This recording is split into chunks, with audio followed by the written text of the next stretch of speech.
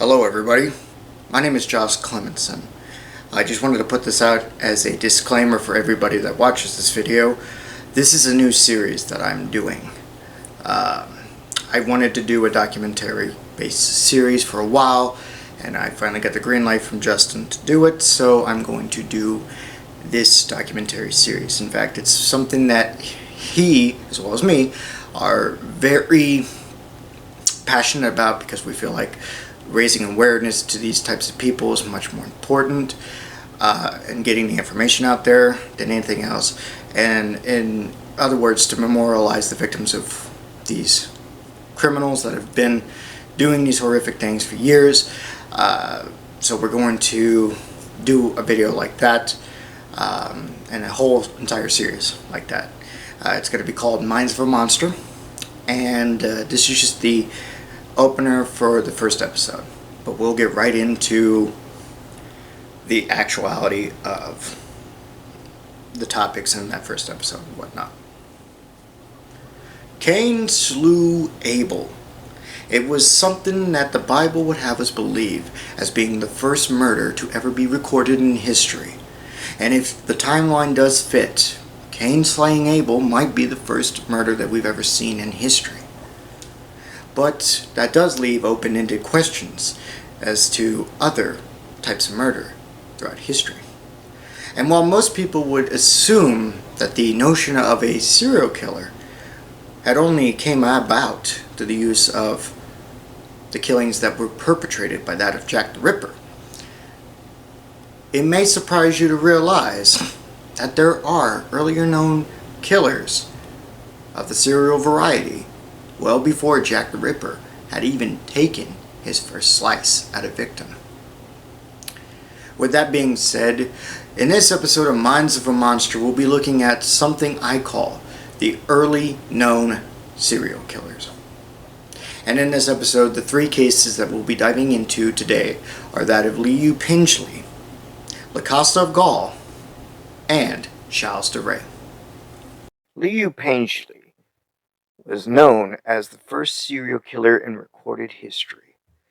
And while not much is known about him, or of his crimes, he was a 2nd century prince born to the emperor Li Wu, Prince of Liang, and is known to be the grandson to the emperor Wen.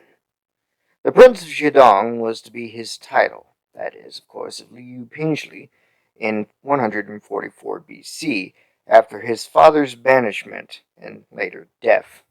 It is stated, though, what we can tell from what was recorded of Liu Pinchley by author Sima Quinn from his Record of the Grand Historians, that at the age of 29 he was an arrogant and cruel man, and would go out on marauding adventures with tens of slaves or young men who were in hiding from the law.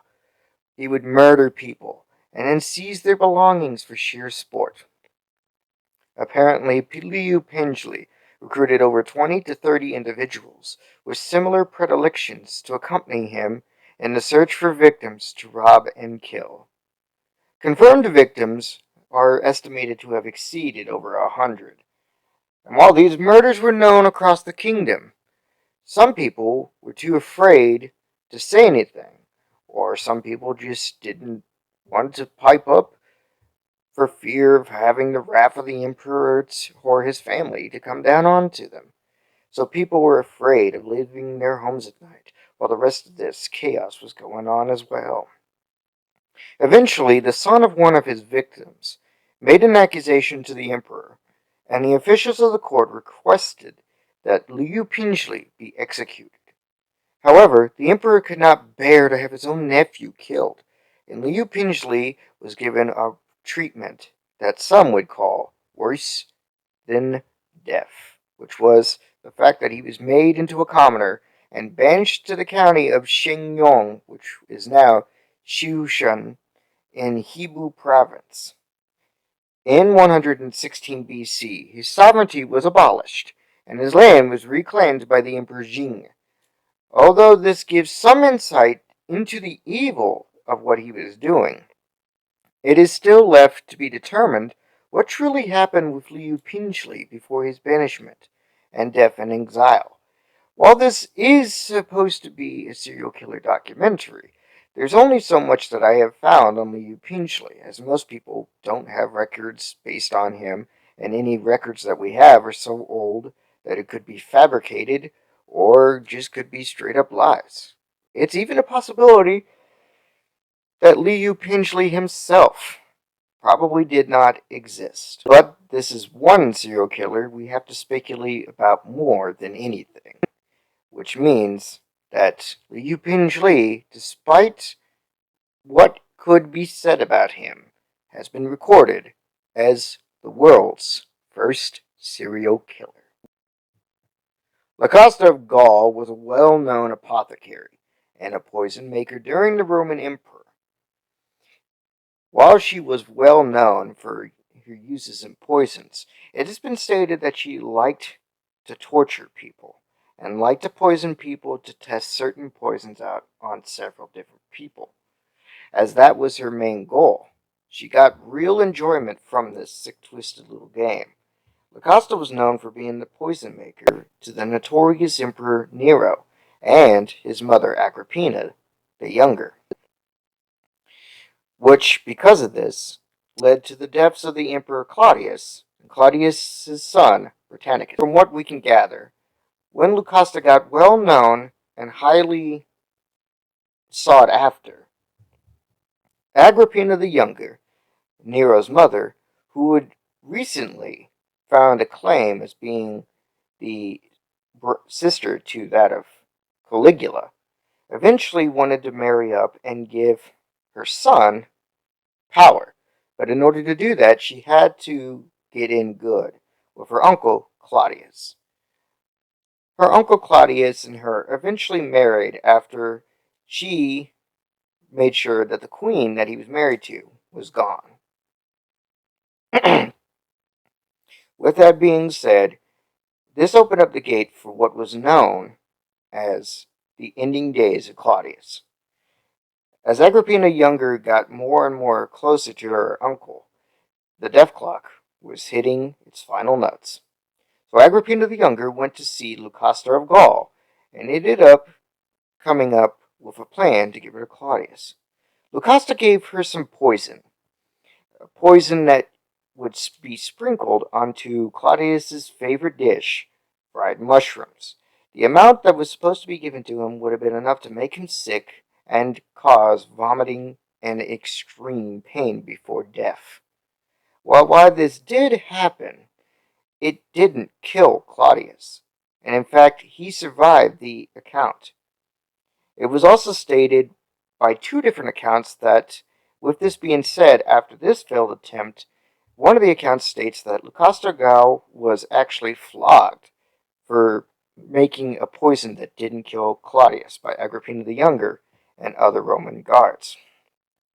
And then she gave her another poison in order to actually get rid of Claudius this time around. Unfortunately, there's other accounts that state that she had a backup plan given to Agrippina whenever she first came to see him for the poison, and the backup plan never changed. This said plan, since Claudius survived the mushroom attempt, was to take a poisoned feather and stick it down Claudius's throat to suffocate him, which was actually done by one of the Roman guards. With Claudius out of the way, Agrippina the Younger was in position of power with her oldest son, Nero. But in order to keep power, Nero had to get rid of some loose ends. After realizing that the attempts to take power from his mother was not working, he finally distanced himself by having her be on a collapsed boat, which, while she didn't die, led to her ultimate death, as when she survived, Nero had found out and sent guards to assassinate her. It was stated that Agrippina the Younger's last words were, "Stab me right here," when she was pointing to her womb, for this is where I bared my killer. With her out of the way, there was still one other loose end to take. care of. So again, Emperor Nero this time went to go see Costa and acquired a poison that would kill the co-emperor. He inflicted this poison on the young Britannicus, and the young Britannicus ended up dying because of this. It was also stated that during this time, Costa became very, very wealthy and lived in lavish little houses due to her affiliation with the Roman Emperor. Costa did, in fact, become very, very popular. But as things started to change and the shift of disapproval happened with Nero, the end of her time was upon us. Costa eventually saw her end when Nero was banished from power and ended up committing suicide.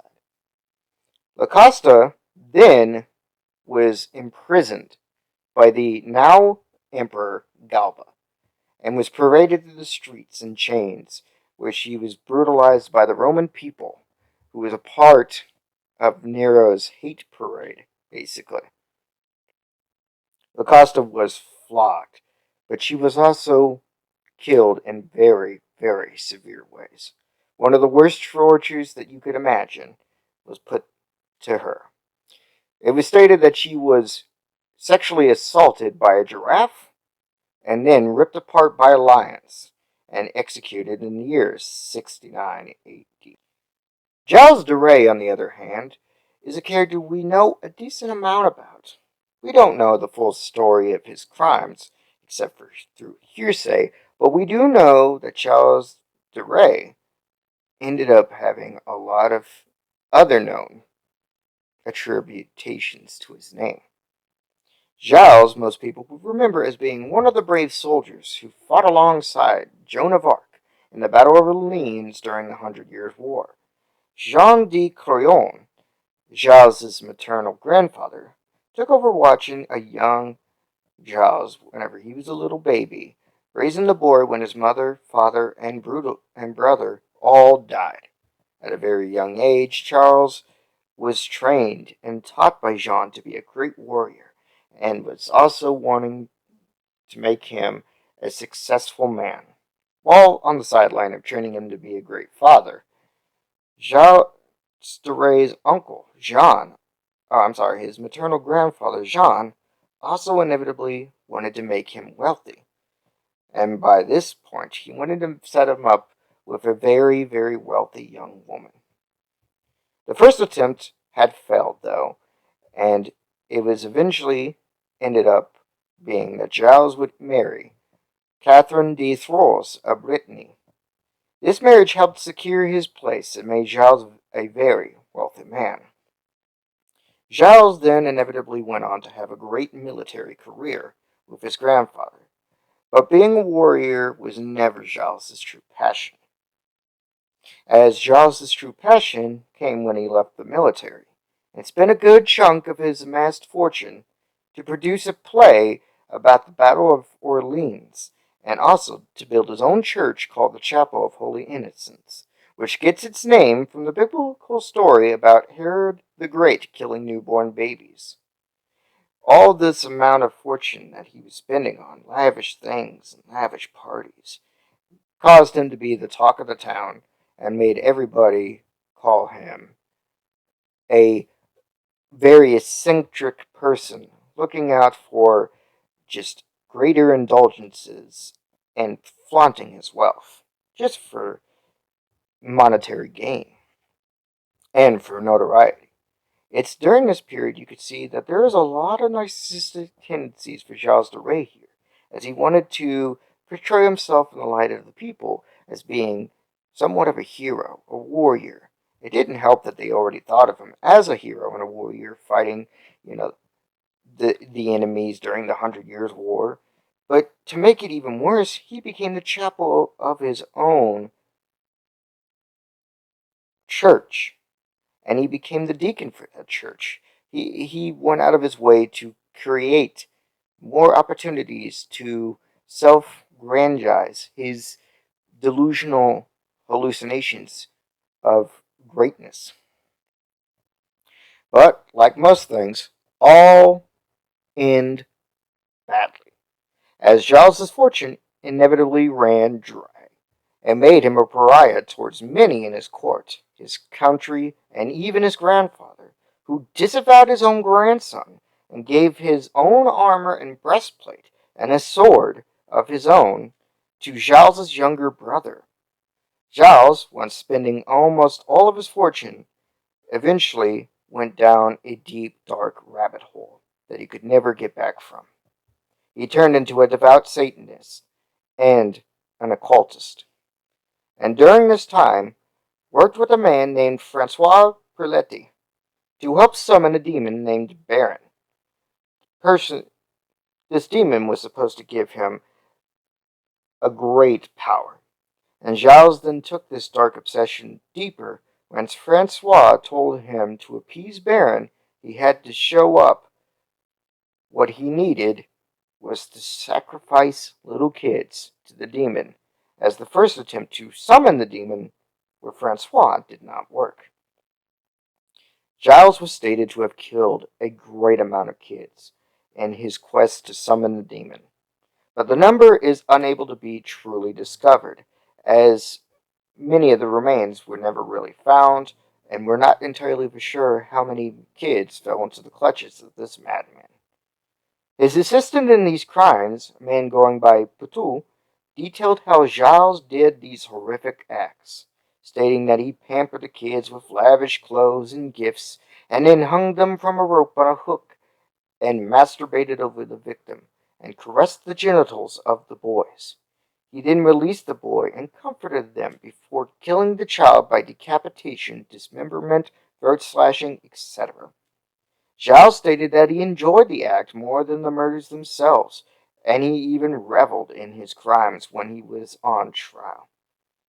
Giles's luck eventually ran out, though, and on May 15th of 1440, Giles kidnapped a cleric during a dispute, and that led to an investigation in Giles's home and unearthed his ghastly crimes. Giles was taken and judged to be guilty of the crimes through evidence presented to the court, and Giles even confessed to his crimes while on trial.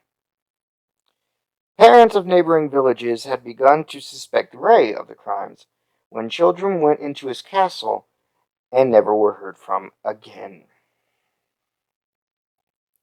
Ray and his servants were sentenced to death for the crimes, and Giles and his servants were led to the gallows where they were to be hung and then burned to death. Giles, on the gallows, oozed piety and told the crowd that Poutou and his other servant would die bravely for these acts. Ray's was the first one to go, and then the other two had followed. But unlike the other two, whose bodies were burned to ash, Ray's body was burned, but not to ash, as they wanted to not give him away out like this. Giles's conviction has come under a ton of scrutiny in modern day times as well, though. Some see him as a unique person that was made out to be this devil of a man because of his eccentricities, in a similar way to his cohort in war, Joan of Arc was. Others believe that Giles's confession was factually what had occurred, and many of the testimonies of his servants and the investigators helped back up the horrible crimes he committed. Despite these conspiracies, Giles de Rais will forever be known as having two different personalities that people will remember through history. One was that he was a famous war hero, a great warrior who helped win the 100 Years' War and fought alongside the even greater warrior of Joan of Arc, and while the other is known as a brutal, sadistic, child rapist, and serial killer.